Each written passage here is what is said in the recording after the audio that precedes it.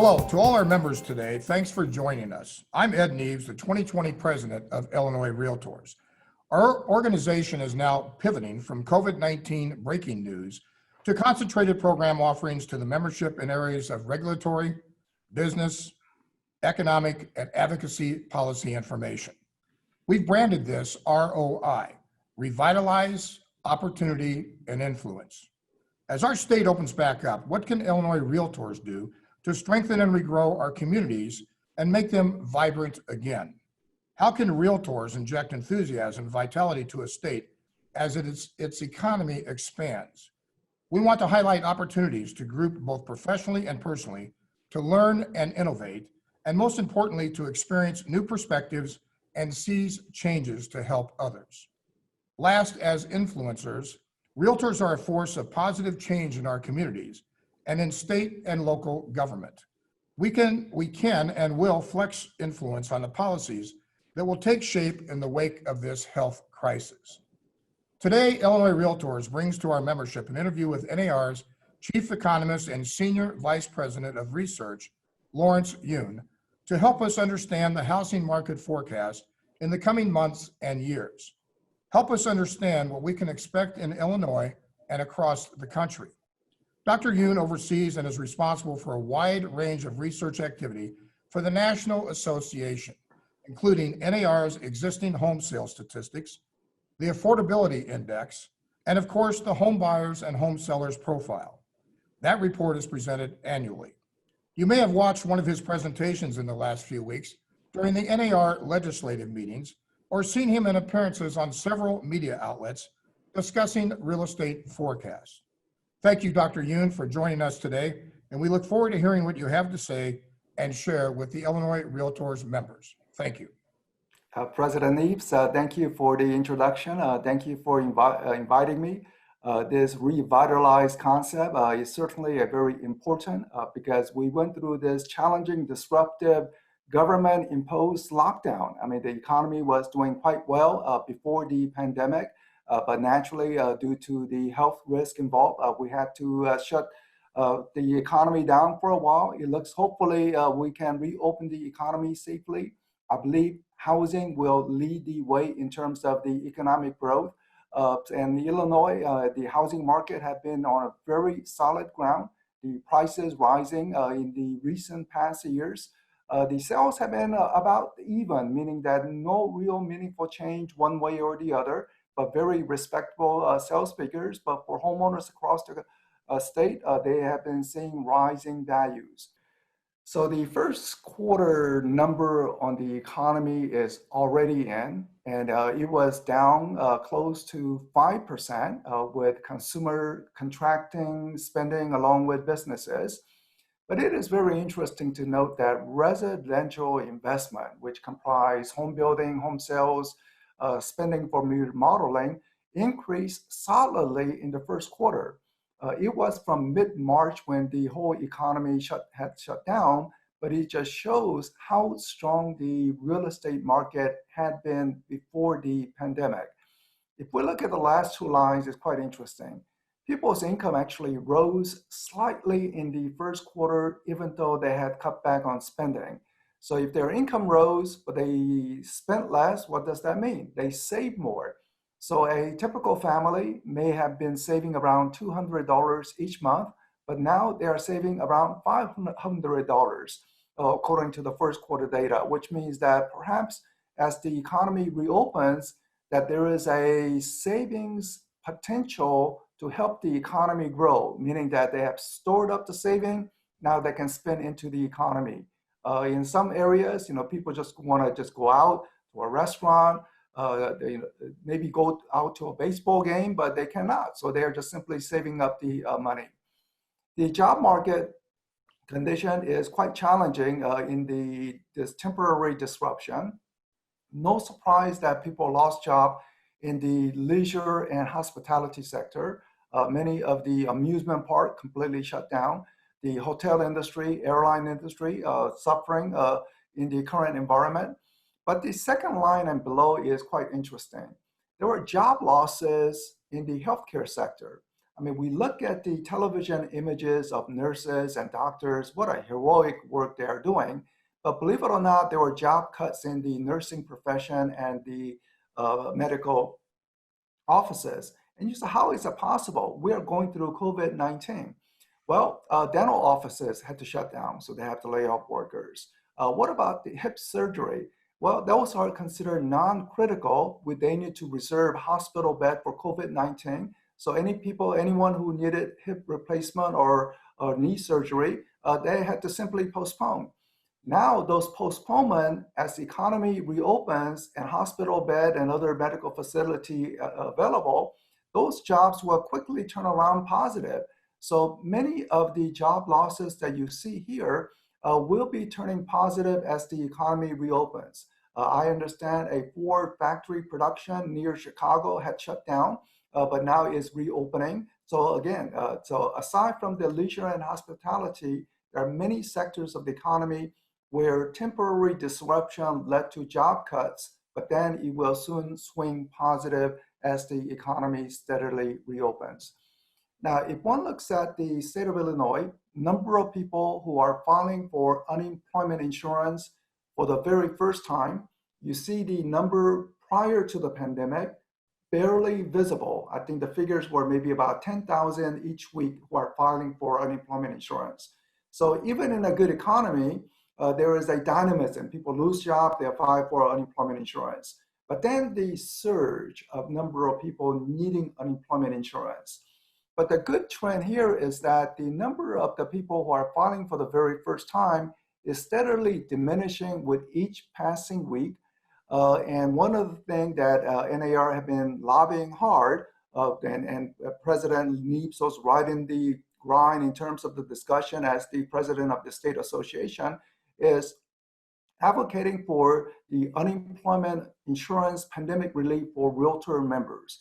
This is the first time ever because entrepreneurs have been working hard and suddenly government imposed lockdown and your businesses were disrupted.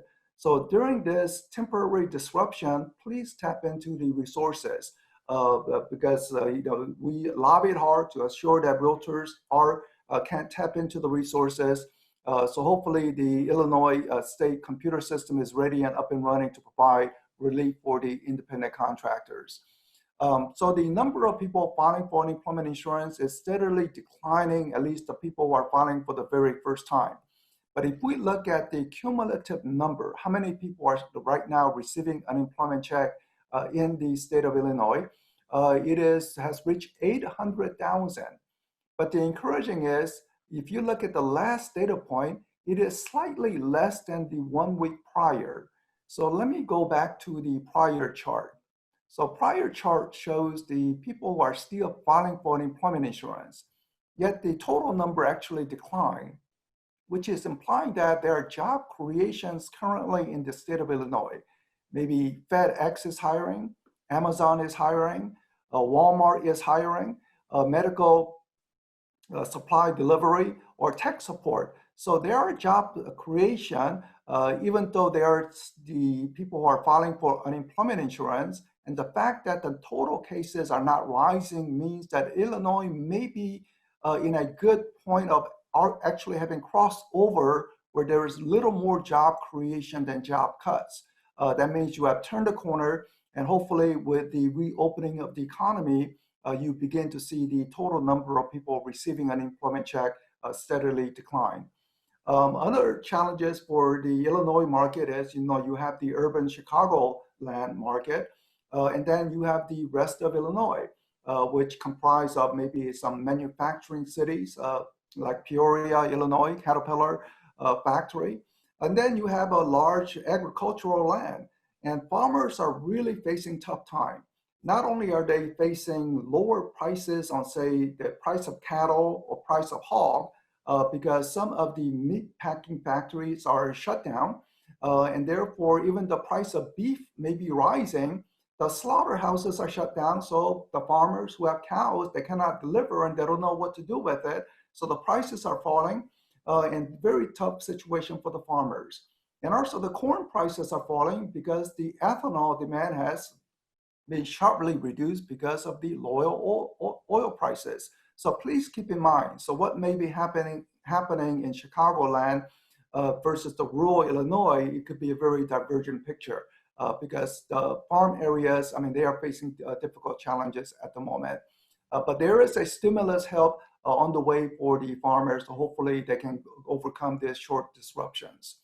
Now, the unemployment picture, maybe Illinois has already crossed over into more job creation than job cuts, possibly. But the people who don't have jobs currently, at least they are getting income support. You see that $12 in the state of Illinois. What does that mean? That means that on average, person who lost a job in the Illinois, say someone working in a hotel now lost a job, their unemployment check today is a little bit higher than the wages they were earning by $12 per week. If you look at Wisconsin, in Wisconsin, person who lost a job, their unemployment check is much lower than the wages they were receiving on average. But in Illinois, it's roughly equal. So even though not having a job is a very difficult situation, temporarily, they are getting income support. This enhanced income support should last through end of July. After that, it depends upon whether Congress passes a new legislation and the president signs it. But at least temporarily during this high unemployment, there is a sizable income support for those in need. The monetary policy has been very accommodating. Federal Reserve all in terms of trying to reduce the interest rates. Without going into all the technicalities, the measures the Federal Reserve has taken is such that the mortgage rates, which is the blue line, is at an all-time low, 3.2% mortgage rate on average. Just remember, 3.2%. These are amazingly low mortgage rates. I will comment, however, the jumbo market is not working. So some of those expensive condominiums or say $2 million home in the Chicago suburbs, if you need to take out a jumbo mortgage, it's going to be tough because it is not backed by Fannie and Freddie, and hence it's difficult to find investors for these loans. But any mortgages, and that is the vast swathe of mortgages originated in the state of Illinois, it can be sold to Fannie and Freddie, and it is at historically low mortgage rates. Inventory situation was already low before the pandemic. I get questioned that, are we going to face housing crisis because of high unemployment, just like 10 years ago when we had that foreclosure problem, prices plunging 30%, people being in underwater. And this chart shows that it will not be the case. We are in fundamentally different backdrop. If you look at the middle of the chart, 2006, 2007, we had oversupply, too many inventory. That's partly come from subprime mortgages blowing up. Remember, people were overstretching their budget, no income documentation, and suddenly when interest rate reset at higher rate, people could not pay, it blew up. Furthermore, home builders built way too many homes. But complete contrast to today's market. Home builders have been underproducing, so we have inventory shortage. And moreover, we don't have subprime mortgages. People are taking out mortgages well within their financial budget. So no overstretching of the budget, very good condition. If you look at the last data point, it shows that during pandemic, we have even fewer inventory. What we are hearing from sellers is that they don't want to list when there is an economic lockdown. They want to list as the economy steadily reopens.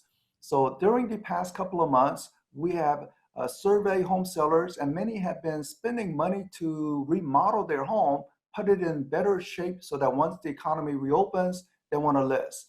And also, there was an inventory shortage, acute shortage on mid-price and below. So don't be surprised if you get multiple bid offers on those mid-price and below, because there's an inventory shortage, and with record low mortgage rates, that there will be some people who want to come into the market. Now, high unemployment rate is not the best condition for buyer demand, but 70% of people in Illinois would say they have a secure employment, and they are looking at record low mortgage rates and hence wants to take advantage. We just need more supply. On the upper end market is completely different story because as many people in Illinois know, wealthy Illinois residents, once they reach the retirement age, they are moving across the border into Wisconsin, Indiana, or going all the way to Texas and Illinois.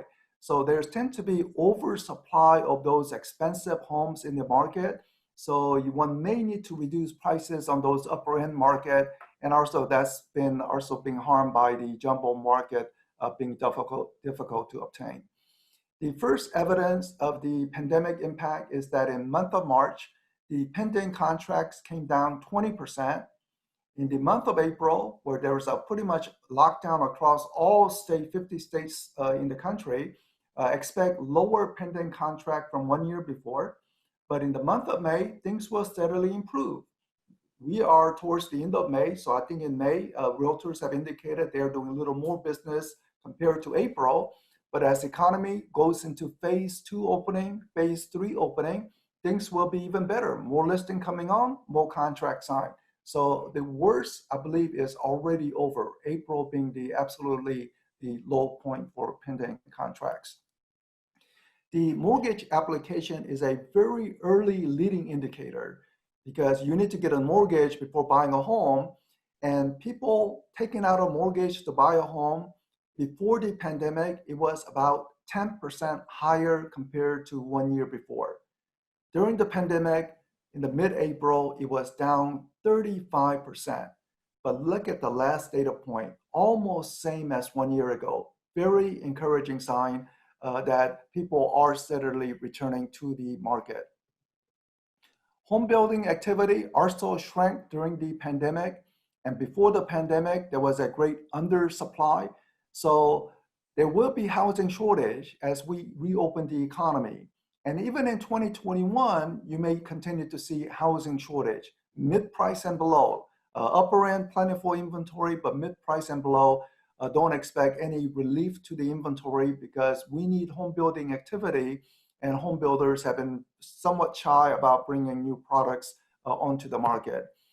How is the government financing all these stimulus measures? They are running up a huge, off-the-chart budget deficit. Who is buying US debt? Is it the Chinese government, German mutual fund, Chicago Teachers Retirement Fund? Who is buying the debt? And right now, most of the debt is being purchased by the Federal Reserve. Where is the Federal Reserve getting the money? They are simply printing the money. So unemployment check that I mentioned, you can say Federal Reserve printed the money and handed that check over to people who are currently in need. Now, something does not sound right. Can we just simply print money to help us out? And answer is yes, in the short term. We need to assure people have the income support. People working hard, it was not the fault of their own where they don't have a job today. It was a government imposed lockdown. So they do need the income support. And also, America is privileged to have the US dollar. Consider $20 bill, Abraham Lincoln, you're from state of Illinois, $20 bill. You take Abraham Lincoln bill to anywhere across the world, Mexico, Vietnam, Finland, any European countries, and show that $20 bill and say, I want to get a haircut. And they will give you a haircut for $20 because American dollar is accepted worldwide. It's not the case with Venezuelan currency. They print money, they have hyperinflation. Other countries print money, they have a bad problem. But in the US, we don't have to have problem immediately. So I don't anticipate inflation this year, next year, but there could be higher inflation, say 5, 6, 7 years down the road. Not anything alarming, but a little higher inflation. What does that mean? That means that real estate, which has been historically a very good hedge against inflation, real estate value will rise with inflation, if not faster. So please talk to your clients to say, by now, real estate prices will be rising in the future years along with inflation. Rents will be rising, food prices will be rising. Maybe people's incomes are rising, but their standard of living is not because income is higher, but everything else is more expensive. But one big winner in the future years are people who buy home this year and next year and lock in at historically low mortgage rates. Why? Whatever monthly payment, say $800 per month, that will be fixed over the life of the loan. 5 years from now, same $800. So even as everything else is rising, the home buyer of today, they will be greatly benefiting from knowing that mortgage payment is not rising. Something that the realtor should be communicating with their potential clients about just the factual evidence. We are printing a lot of money. We don't have inflation this year. We will not have inflation next year. But what about 5, 6, 7 years down the road? So please consider that there could be an inflation, and if there's an inflation, the big winners are people who buy real estate today at the historically low mortgage rates. Let me quickly turn into forecast. Is that last year we had a very respectable sales. I mean, no increase. Illinois also did not see any increase in home sales, but the first quarter was actually running better than last year before the pandemic. But the second quarter would be the low point. It's hard to do the business when we are in an economic lockdown. So about 39% reduction from 1 year before. Third and fourth quarter, there will be some reopening in the economy, job creation, so less negative, but not matching up with last year's figures. So 2020 will be a down year overall in terms of unit sales. GDP will be down about 4.5%. Total job cuts, even with job recovery in dental offices for hip replacement, teachers coming back. So even with those conditions, we will still be down about 4 million jobs. Home prices roughly stable, but home sales will be down 10 to 15%. Going into 2021, everything lights up positively. Positive job gains, positive home prices, positive home sales. So just hang in during this pandemic period. Please tap into that financial resources, pandemic unemployment insurance benefit in the meantime. But once in the second half, you should be able to get more real estate business done, and then things really improve in 2021. My final thoughts are the following. I think there will be some permanent changes after the pandemic. I'm doing this Zoom interview with President Neaves. I did not know about Zoom before the pandemic. I've been doing this 3 or 4 times each day, and people are becoming very comfortable with it. So you may see more companies offering to work remotely. Facebook already said to their employees, you can work remotely forever. It's voluntary. Twitter also said the same thing. And you may see also other companies offering more flexibility. That means people do not have to live so close to job centers. They don't have to commute so frequently. And hence, they may move further out. As you know, as you move further out from Chicago, as you go into the rural areas, things become much more affordable, and you can have a larger size homes. And people working from home may want that dedicated office space. So there could be a secondary housing demand that is developed as people begin to say, my current home is a little small. I want a larger home, maybe further out, and maybe it's even more affordable. So we may get this secondary boost in real estate just from changes in how we do work more remotely. So now I'm going to just turn it back to President Neaves for any additional question. But thank you for listening, and I'm going to stop sharing this slide. Thank you. Thank you, Doctor. That fascinating presentation. Great information. We did have a whole list of questions, but you've answered just about every one preemptively in your discussion. There was one question about, in your May 13th forecast forum, you did talk about the inventory drop like you just did and the pent-up demand. But the question is, do you see that if the pent-up demand is enough to offset that inventory decline? And if not, is the impact on prices and even membership in the National Association of Realtors? Do you have any thoughts on that? So, the job cuts are very painful for people, who are impacted. People working at a hotel, restaurants, But if we look at the wage level of people who are losing job, they were not in the home buying market. They were renters, and also they tend to be young, and hence they were not necessarily in the home buying market. So the 70% of the people with secure employment, I mean, they are looking at low interest rates. They just want to see more inventory choices. So I believe as more inventory begin to pop out, it will be grabbed quickly. One statistics that I'm monitoring very closely is days on market. New inventory shows up. Is it lingering in the market for a long period, or is it being grabbed quickly? And current information is that those listings are being grabbed quickly. And if it's priced right, you often get multiple bids. Well, that's correct. And in Illinois, I can tell you that it's not unusual to have multiple bids the same day that the property hits the market, assuming it's in good condition and priced properly. And your comment about people that are off the market spending money investing in their property to bring it up, when they do come on the market, it's really going to be something to watch. On mortgage forbearance, I think the Bankers Association recently said that there's 8 million mortgages in forbearance. Is that a problem that's going to come down later? I mean, are people knowing exactly what a forbearance is and what they're getting into? First, I think the realtors, this is a great time to talk with your past clients who may need mortgage forbearance. Because one part of the realtors business is always developing that trust, referral, repeat clients, and doing the mortgage forbearance if they are in need. This is a great service the realtors are touching with their clients. So 8 million in mortgage forbearance, but how many mortgage delay payments? It's actually 4 million.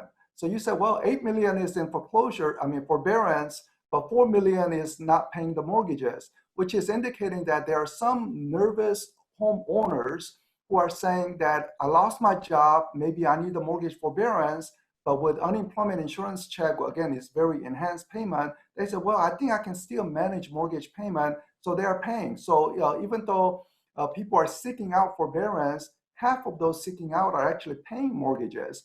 But I think they just want to have that option just in case they run into financial difficulties. And it's not a balloon repayment, and also it's not a free lunch. Whatever missed payment will be tacked on at the end of the life of the loan, or when person needs to sell the home, they will get less equity. So again, there's an incentive to make the mortgage payment if one is financially able to do. But if they are in tough financial difficulty, well, at least it gives time until the person can find job as the economy reopens. And some people have trying to compare this to 2008, 2009, and they've said that this is based on a health crisis as opposed to an economic crisis. And I think you've talked about that, but the differences between now and 2008 and 2009 that will indicate how fast our recovery is. Could you just touch on that for a quick second? Oh yeah, yes. So Ed, when you back in 2008 and 2009, we had that housing market crash-driven economic recession. This time, housing market was exceptionally strong on solid ground. And in fact, in my view, because of the pent-up housing demand, that housing will lead the economy to out of this short recession that we have. Now, some industry like hotel and airline, it may take multiple years to be fully back up and normal unless a vaccine is discovered. It was very encouraging to hear Dr. Fauci mention over this past weekend that he believes a vaccine will be found by the year end. I think there's like a dozen different companies, doing their own way to find vaccine. Fierce competition, but hopefully this competition leads to faster discovery. But if the vaccine is found, we are back to normal quickly. But in the short term, the social distancing means some economic activity will not be fully back up to normal. Fortunately, I think many consumers are recognizing that real estate transaction can be done very safely with social distancing. Absolutely, absolutely. And I think that we are very fortunate to have been deemed an essential business in almost all the states, and now we are all the states, and able to continue to practice to take care of our clients, to sell property, to list property. And in my experience, in the central part of the state, we're busier than heck. and it's all good except for that inventory. So that when that comes back, it'll be much, much better. But very positive outlook. Thank you, sir, for everything you do. Thank you for what National Association has done to keep us essential and give us the facts and figures, and of course, pass your facts and figures on to the leadership there so they can make the decisions. But on behalf of Illinois Realtors, we thank you so much for your time. We thank you for your information. We wish you safety, to be healthy, be well, and thank you so much, Dr. Yoon. And to our members, thank you for taking the time today to listen to Dr. Yoon's presentation. This presentation is part of our ongoing ROI series. As always, you can visit Illinois Realtors website for more information. Stay safe and have a great day. Thank you.